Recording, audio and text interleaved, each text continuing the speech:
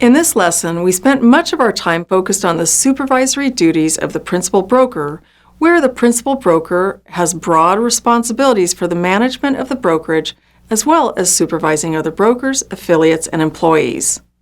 While spending a good deal of time concentrating on Tennessee Real Estate Commission Rule 1260.02, which provides guidelines for the principal and affiliate brokers' relationships as well as how to properly end it.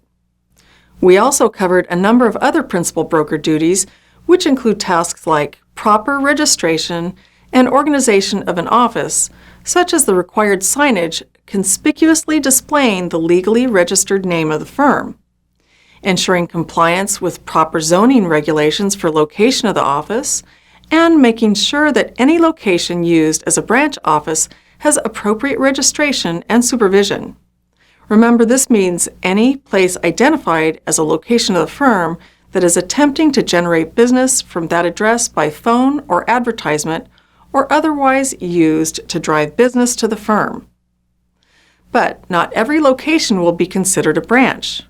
Mobile homes used as sales headquarters for the specific developments are not branch offices as long as they don't participate in any business activities outside of the development and have no individual mailing addresses. We also talked about how the principal broker is responsible to ensure their brokers and affiliates are properly licensed at all times. While it's the principal broker's job to be certain everyone is appropriately licensed, each individual is responsible for their own licensing and continuing education. It's not the principal broker's job to continuously prompt the licensee to keep them current, rather just to make sure they're licensed and insured if they're acting under the principal broker's license. Record keeping is another key component of all brokers' duties, but it's of even greater importance for the principal broker. Again, each licensee needs to know which documents to keep and for how long. Our focus here was on electronic records in particular. Every state has its own rules, and it may vary by type of transaction.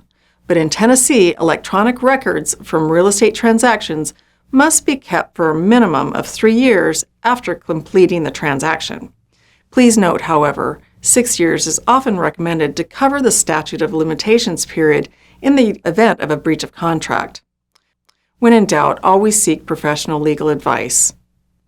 Another important section of our course talked about the importance of errors and omissions insurance coverage and what to do if it lapses. As you know, all Tennessee licensees in practice are required to carry E&O insurance of their own or through their broker or brokerage. Sometimes that coverage can lapse. A licensee with lapsed E&O insurance not reinstated within 30 days may become subject to a hearing by the Commission. If fully resolved within 120 days from the original lapse, and the insurer agrees to make it retroactive to cover the lapsed period, there may be a fine of up to $200. If remedied in that period, but the insurer will not make coverage retroactive, the fine may be up to $400. Finally, one other significant matter that we discussed covered the matter of material facts. Generally, material facts are those that the average or reasonable person would consider significant enough to a transaction as to impact its value, if not its desirability altogether. But Tennessee goes further than many with its own definition of material facts in certain situations.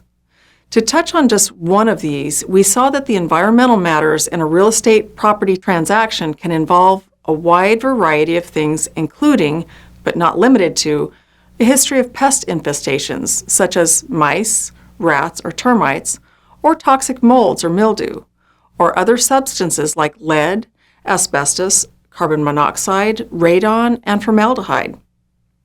Externally, watch for health or safety hazards on the property, such as open wells, jagged refuse, or discarded tools, loose wiring, animals or insects, or anything else posing threat of a harmful accident.